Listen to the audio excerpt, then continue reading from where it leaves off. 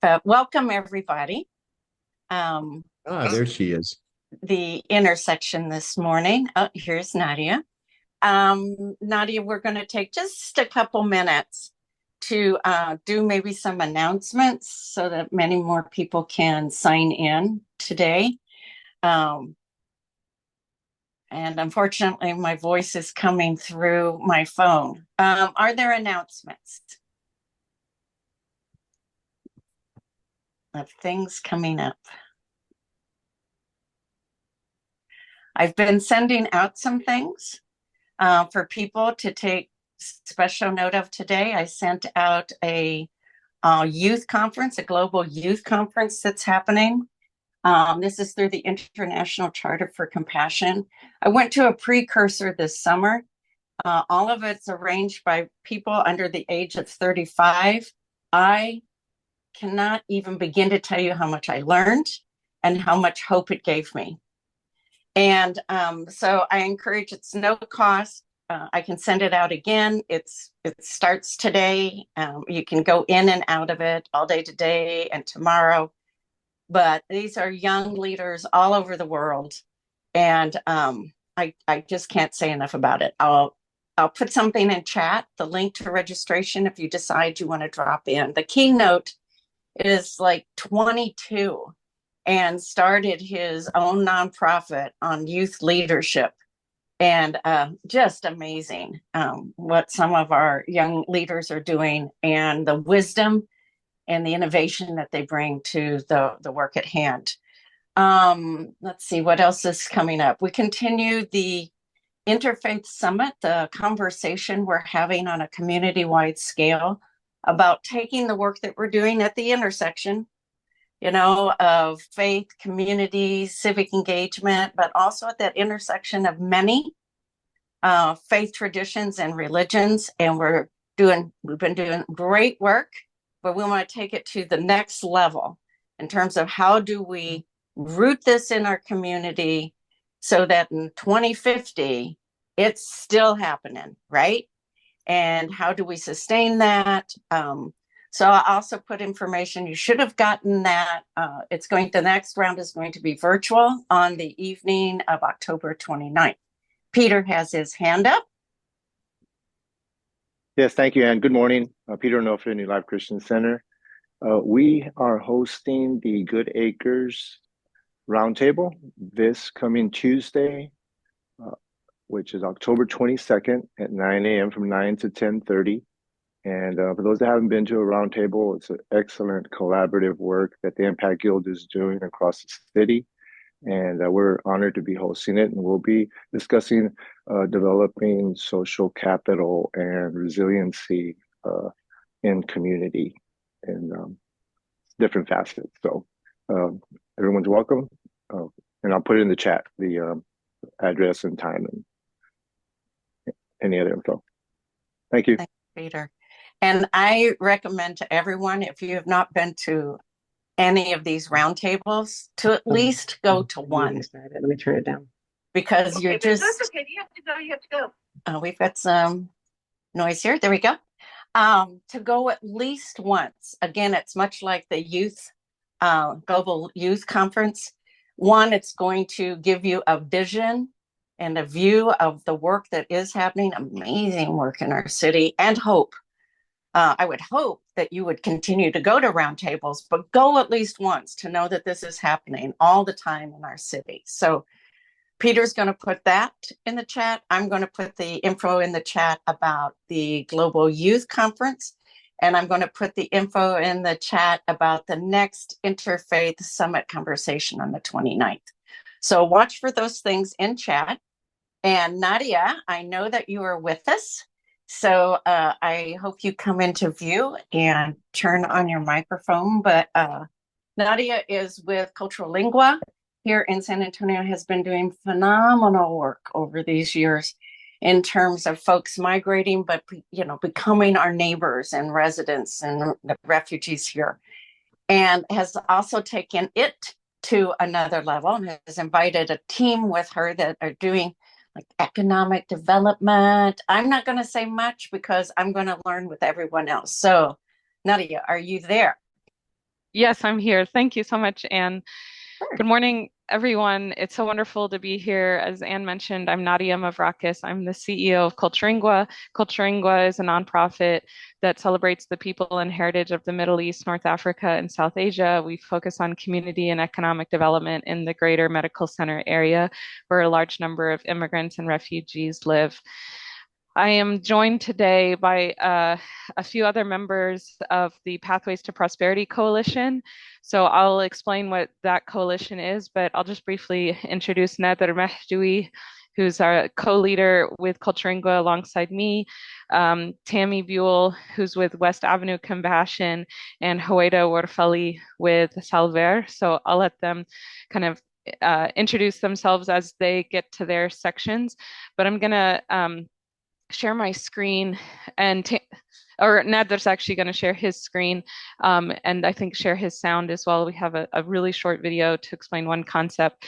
And can you just remind me, we have until 8:20 and then we go into Q&A, is that right? Or okay, so we'll go through these slides fairly quickly. So the coalition started, the Pathways to Prosperity Coalition started in January of 2022 as part of the Methodist Healthcare Ministry's Prosperos Juntos, Thriving Together program. And Anne Helmke actually had Tim Barr present at an Intersections about that program, I think in December of 2021. And so thank you, Anne, for being a spur for this amazing work, which we applied for and were accepted. We worked for 2 years on a strategy as a coalition on strategies to support meaningful work and wealth for low and moderate income residents in the medical center. So we'll go to the next slide. Now that there's like a gray box on the bottom right. Okay, can you go to the next slide? These are members of our coalition.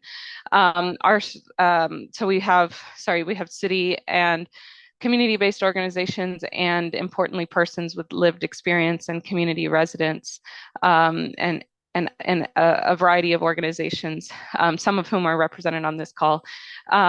The next slide shows that our focus is on the low and moderate income community members in the medical center, which is really often overlooked as an area of need. It is in North San Antonio in District 8, which commonly is thought of as this gated community district, but really there's still concentrated pockets of poverty and need. And so that's our focus area.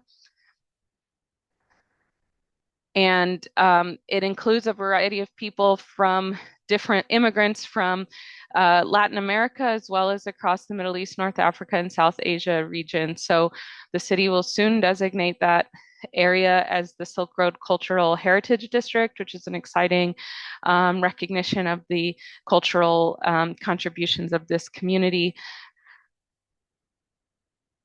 And our approach has really been focused on moving upstream to solutions that really impact and really help change underlying community conditions. And as I mentioned, we're focused on the diagram on the right shows the vital conditions of well-being. Another way to think about that is the social determinants of health. And so the focus for us was on meaningful work and wealth within that dimension. And our destination is to enable the entire neighborhood to become a resilient community by providing good opportunities for equitable opportunity, people, and place. And if you think about, if you only focus on the people within a community, they will eventually, leave that community. And if you only focus on the place, you get gentrification. And so we really took a comprehensive approach to how we're focusing on the community. And so this is a slide talking about our strategy, which we'll go into. So we have a community ambassador leadership training program or navigator program. And so Salver and West Avenue Compassion are leading that, and they'll go through that. Financial and housing counseling, and then a community land trust focused on housing, which Culturingua is leading, and then mortgage financing, which Mukarnes is leading. And so we'll talk about each of these very quickly. So I'll hand it over to Howeida, and Tammy to talk about the Community Ambassador Leadership Training Program.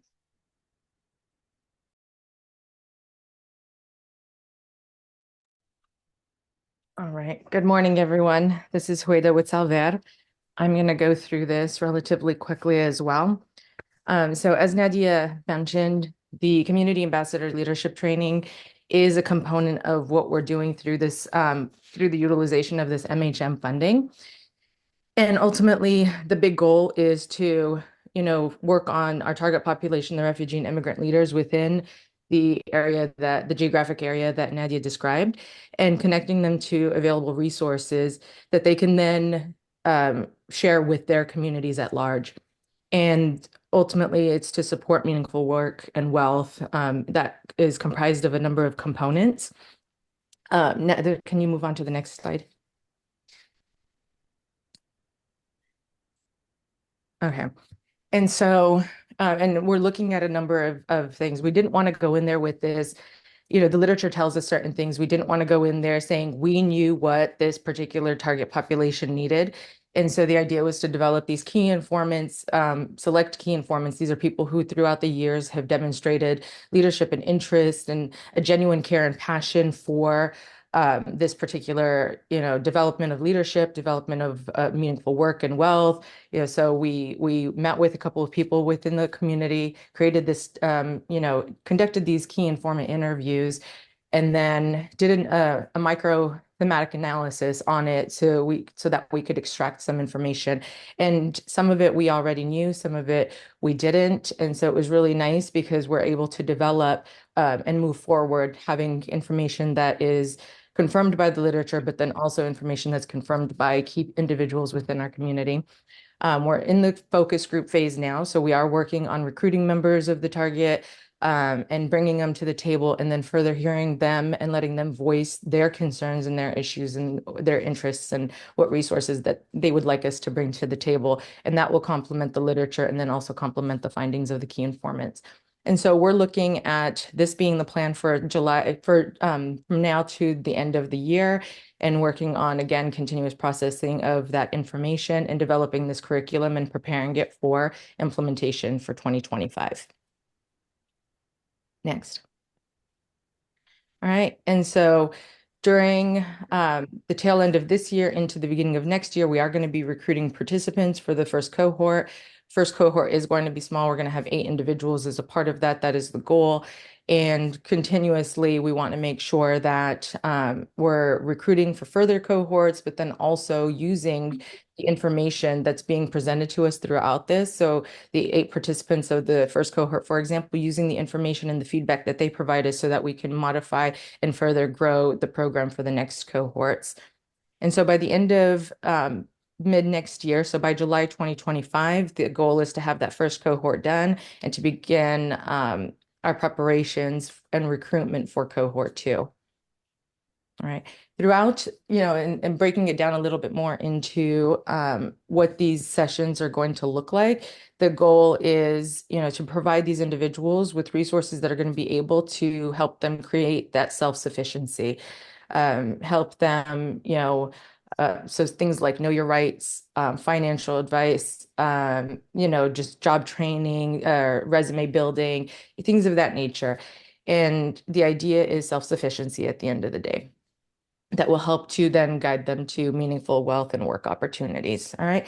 And then again, I know Nadia's trying to get into the next slide. So the idea of how this ties into what Nadia is what he's going to speak about next with the Community Land Trust is that ultimately the goal was to get individuals to participate in the CULT program, from that see who's interested and maybe then receiving financial advising and counseling, and then having them move into that stage of that as a precursor to becoming a homeowner, hopefully.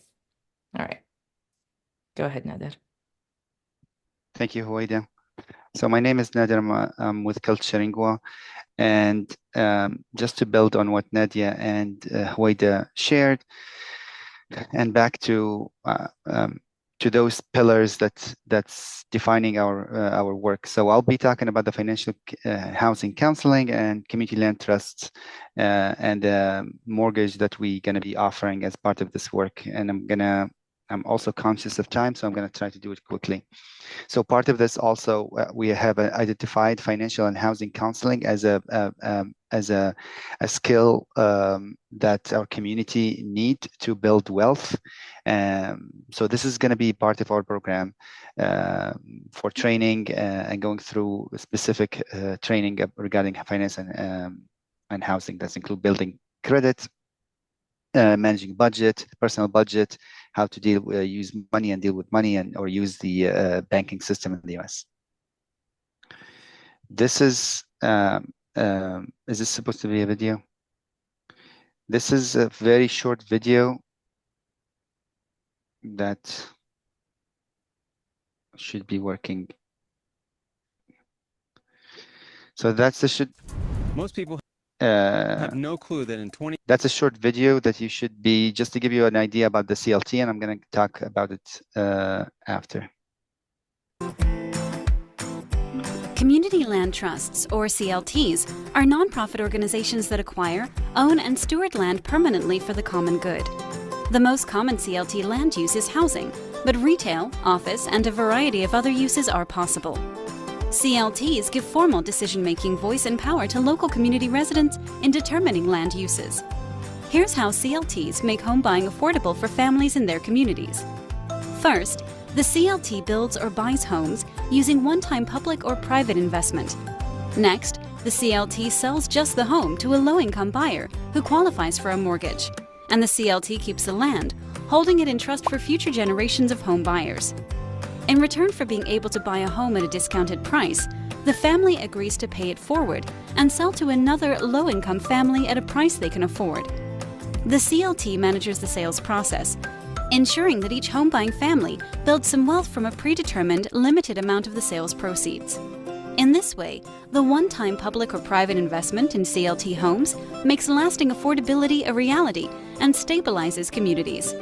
And CLTs benefit the larger community too, as they preserve and protect housing for long-term residents, helping to build stronger, safer, and higher quality diverse neighborhoods, contributing to greater educational attainment, employment opportunities, and health outcomes.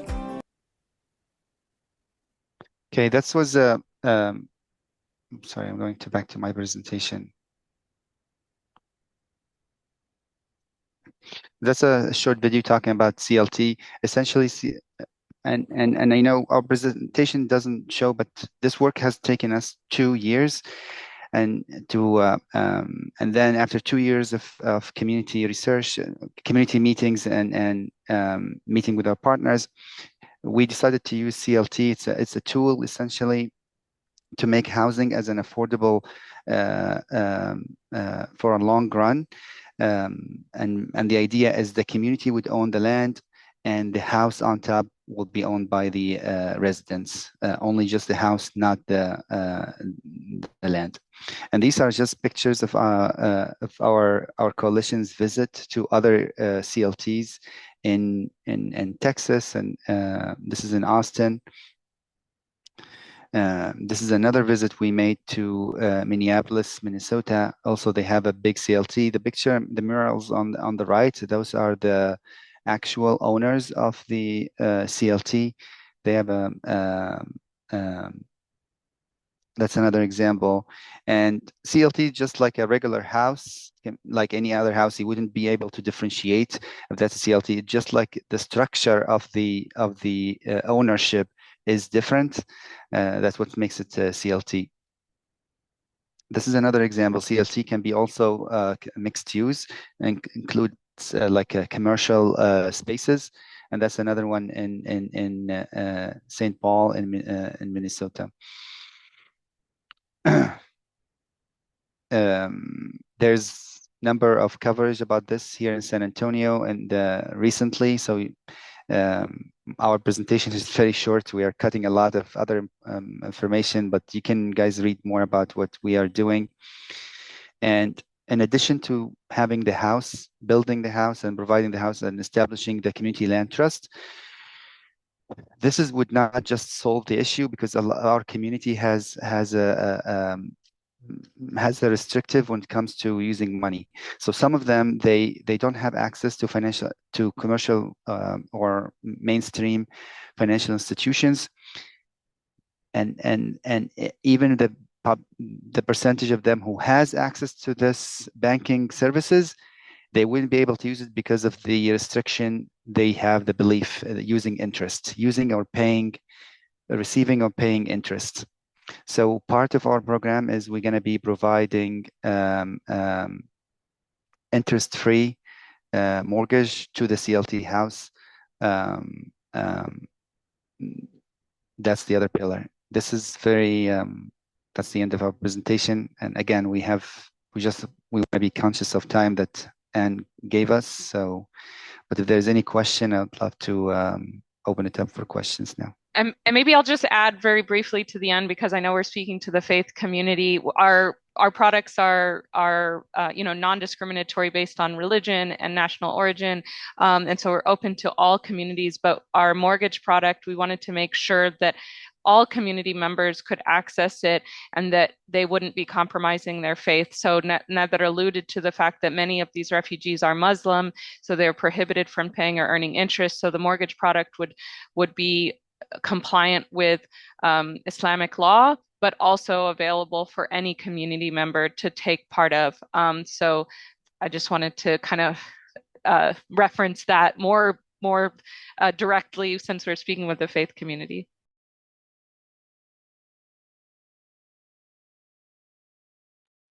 And you're on mute, I think.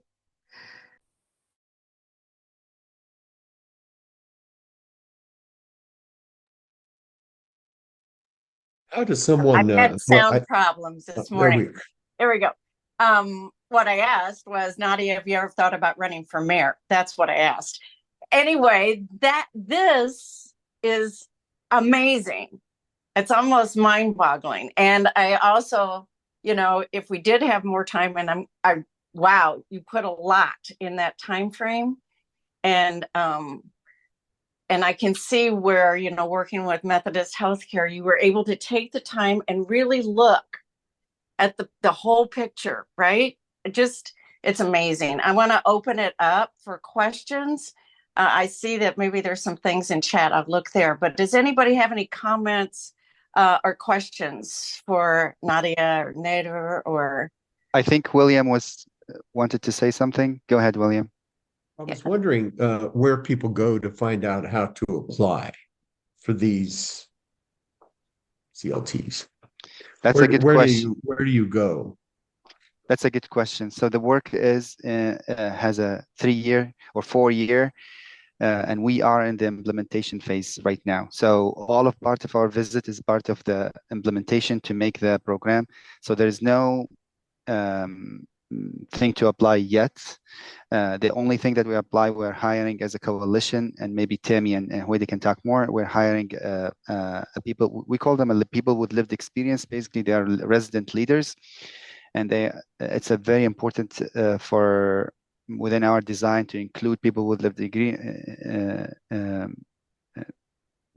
experience. Nadia, do you want to add something? Yeah, and I think maybe your question was also about how do people apply for the CLT. So we will have information sessions because a CLT is a different model. And so we want to make sure that people who are applying really understand. But the reason that we talk about this project and this flow is that the first step is this community ambassador leadership training, so that the refugee and immigrant community has access to these resources. So we don't want to just have these info sessions and then the community members don't know about it. And so that's why we're doing this leadership training program to make sure that residents within the community, many of whom have limited English proficiency, have trusted proximate leaders within their communities that they trust to connect them to resources. And then because, it's obviously you need credit, you need savings, you need et cetera, to own a home. That's why we also have the finance and housing counseling, so that people are starting to work towards the financial position where they would be able to qualify for this home. And this also would come with other supports in terms of down payment assistance and things like that, that the city and other entities offer. But we want to make sure that, we're really connected with the community, which is why the community ambassador leadership training is sort of the very first part of our implementation. Wow. So we're going to take just a pause. Nadia and Nader, are you able to stay for a couple more minutes? Like maybe until quarter till or less? Somehow or other, I lost the Sorry. Yeah. I personally, I can't, but I'm not sure about Nadia. I have a meeting afterwards that I'm presenting also, so I need to be Great. there. But I can stay, and Great. Awesome. I just want to pause. It's 8:26, and I've noticed that some people are starting to leave. We make a commitment at the intersection that we try to get the briefing within 8 to 8:30. These are also being recorded and are posted online, and people know how to do this, and people are doing it using those recordings if you're not able to come, but also utilizing these recordings within congregations and organizations.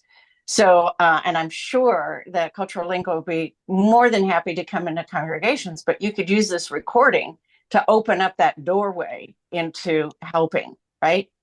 So next week at this pause, next week we're going to have Be Moorhead with us. She's with Texas Impact, a statewide organization, interfaith, that does advocacy work, which when you look at what's happening through Culturingua, I mean, that's on the ground helping people, but it's also advocacy, right? All at the same time.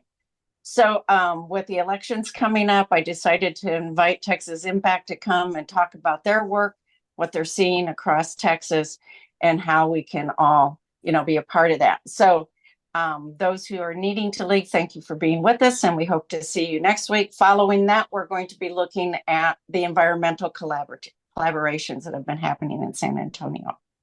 So I want to go back now to opening this up to conversation and questions and input and insights.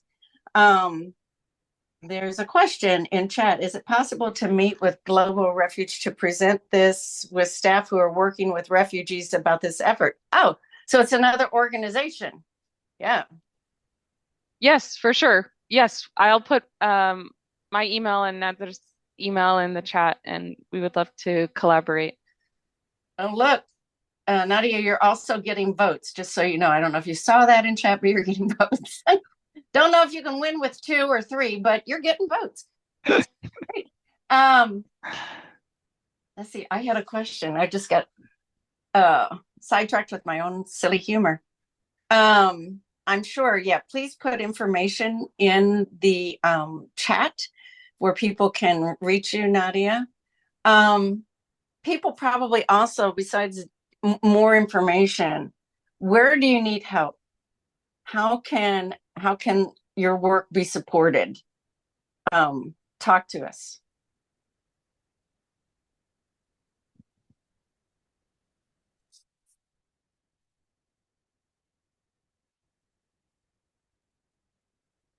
Sure. Nader or Hawaida or Tammy, do you guys want to start? I mean, I can say something real quick. Or Nader, do you want to go? Go ahead, Hawaida, go ahead. Go ahead, because you have to leave. Okay, thank you. So I think this program has a number of components. That's why we have amazing partners with us, like Salvaire, with their experience, and WAC, and different partners. So we would love to have, if anyone is interested as an organization, they can join. So we have 4 organizations are committed to implement the program, but we have a bigger coalition. We sort like a kind of meet like once or twice a year, and so we share, and they essentially formed our work in general. So if you are interested to join that coalition, we would love for you to be there. Essentially, the work, what we do has a training component, has a real estate component, and has a financial component. So if you have experience in one of those, your experience would be valuable in putting insights and input to our work, especially real estate that we're coming to doing soon, or financing, mortgaging. That we would love for you to be in our bigger coalition, and that you don't have to commit a lot. So it's maybe once or twice a meeting a year, but at the same time, you're giving us what you think as a guidance. So that's what I want to share. Thank you. Great. Others? Oh, Huwaida, you were going to say something, I think. Yeah, so just adding on to that, Nader gave, I think, a big overview of the needs, but more immediate, Nader had mentioned and Nadia had mentioned that we are hiring a person of lived experience to serve as the coordinator. So this isn't something that we want to lead on a day-to-day. This is something that we want to help in guide and develop. And but we want somebody with lived experience to be the face and the voice of and to help with the recruitment.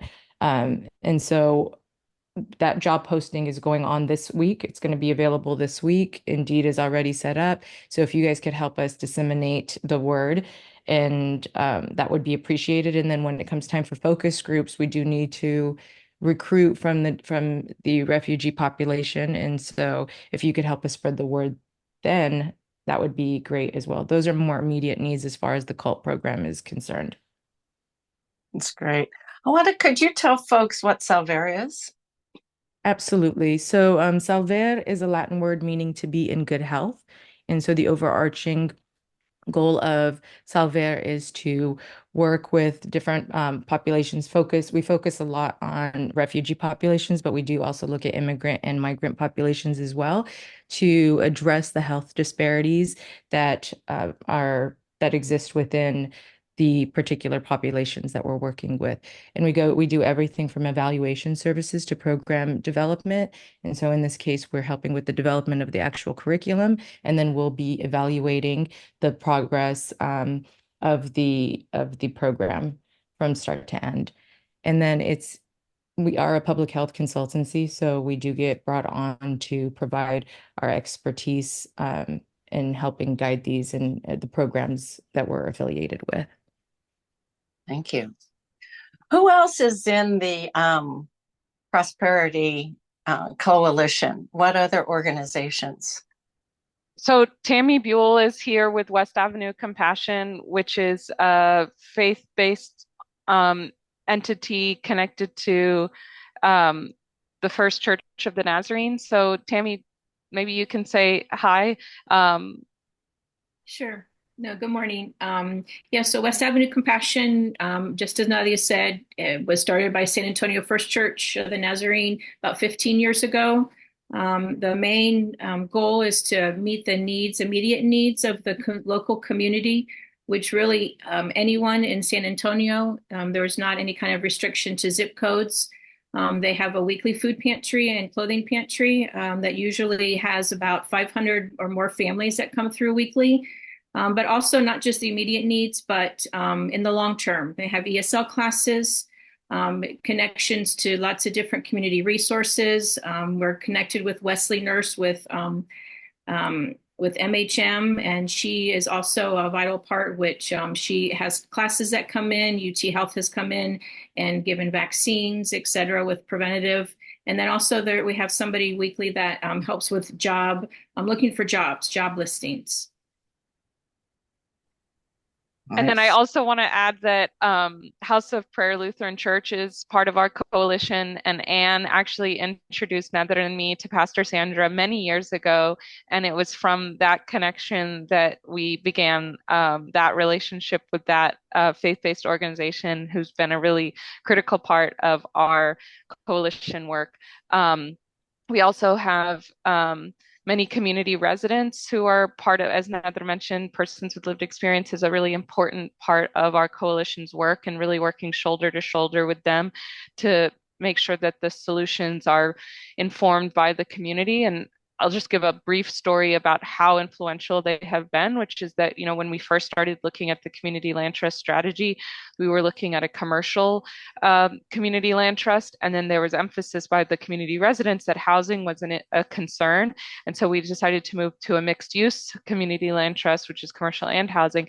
And then when we went to Austin together to visit Guadalupe Neighborhood Development Corporation, and they saw the homes and the neighborhoods. They said, no, home ownership, this is what's really missing for us. And so we shifted our strategy to focus on home ownership. So I just really want to emphasize how critical the community residents are to our coalition. And we find that in all the collaborative work. You know, the people who are living it are a part of the conversation. Who are you working with? Are you working with anyone in particular within the city in that? Yes. So in our coalition, we have Emily Yaffe and Mayra Montero, who were on, I believe they were presented last week. So Mayra is the immigration affairs lead, and then Emily is the language access manager. So they've both been kind of providing this their perspective from the city on our coalition work, but also our work helps inform their work broader across the city, and how, what we're doing may be something that can be expanded to other parts of the city. And then for the Community Land Trust, we've been working really closely with Sarah Wamsley and her team, who lead housing policy within Neighborhood and Housing Services Department. So actually the city is in the process of creating a Community Land Trust policy that's going to go to the Housing Commission later this month, and then City Council for approval next month. And so we've been providing a lot of feedback and questions back and forth as that policy has been drafted over the last 6 months. I'm putting into chat because, this is part of a strong part of the whole story, is the collaboration, that coalition kind of building. And so I put in there what I was hearing, that listing of who's in that coalition and working together. And we've found so much, traction and power in these kind of collaborations in these last half a dozen years. And we probably could each tell our stories, right? From when Culturingua began, what did it look like then, right?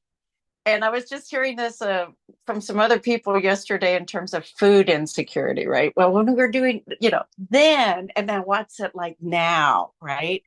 And it is all of that working together, that we don't each have to have the whole picture, but together we are the picture, right? So it's exciting. Literally, I get goosebumps. Exciting for me when I look at who is involved in collaborations, and the wealth of knowledge, that's put together. One of the one of the tools or processes that I'll use sometimes with a group, and you might want to do this sometimes, Nadia, in your coalition, but you can ask several different questions, but it's basically math. And so you ask everybody at the table, and we could do that even today with the 21 who are left on the screen, right? A question could be, and you decide the answer yourself, how many years have you been working at the work you're doing today? Right? Which can include education, which can include like even commitments that you made to yourself when you were a child. Right? And because that's my category. And I was 5 years old when I made that commitment. So I can honestly say, and I discern it, each person discerns their number of years, right? But for me, that would be about 64 years of working towards the work I'm doing today. And then if you're in a coalition or collaboration, or in our view today, everybody does that. And you add that number up, that is like mind-boggling. If you went into that coalition and asked, how many years have you invested your life in this direction? And it can be thousands. And when you think you're moving forward with that kind of expertise, investment, and commitment, there's real strength in that. And not just synergy, there's strength in that. So, yeah, every once in a while, I'll go off on a tangent like that, Nadia. So any other comments, questions, so that Nadia too can get on with her day and the important work, and she will go into the courthouse and file that she's running for mayor, and that'll take Any other comments? Well, I want to thank you today on behalf of all of us, Nadia, for the work you're doing. I encourage others who've been watching to connect with the work. If you've been inspired today, follow that inspiration. And there's probably a good reason for that. And it overlaps with so many things. You know, everything connects. Everything connects. And our series this year, which is our summer now has moved into fall, has been Be the Neighbor. Much like be the change you wish to see, but be the neighbor you wish to see. And so Nadia and to the coalition, thanks for being that neighbor. To all of us here, but to all of those who are becoming new San Antonians, thank you for being that. Thank you all for being here. And we will see you next week at the intersection when we hear from Texas Impact. Have a blessed weekend, San Antonio. I love you. Thank you. Thank you. Bye-bye. Bye. Thank you.